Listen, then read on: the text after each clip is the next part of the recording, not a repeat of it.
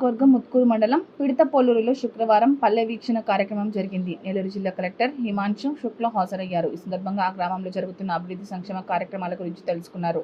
సుమారు 40 ప్రభుత్వ శాఖల ఉన్నతాధికారులు కలెక్టర్ వెంట వచ్చారు. అంగన్వాడీ కేంద్రాలను సందర్శించి మౌలిక సదుపాయాలపైన సంబంధిత శాఖ అధికారులతో చర్చించారు. అదేవిధంగా స్వయం సహాయక సంఘాలు ఏర్పాటు చేసిన ఎగ్జిబిషన్ను పరిశీలించారు. ప్రజల సమస్యలపైన ఆర్జీలు స్వీకరించారు. అదేవిధంగా పర్యావరణ పరిరక్షణకు మొక్కలు నాటారు. అనంతరం మాట్లాడుతూ సమస్యలను పరిష్కారం చేసేందుకు ఈ కార్యక్రమాన్ని నిర్వహిస్తున్నట్టు పేర్కొన్నారు. ఈ కార్యక్రమంలో గ్రామస్తులు తదితరులు పాల్గొన్నారు.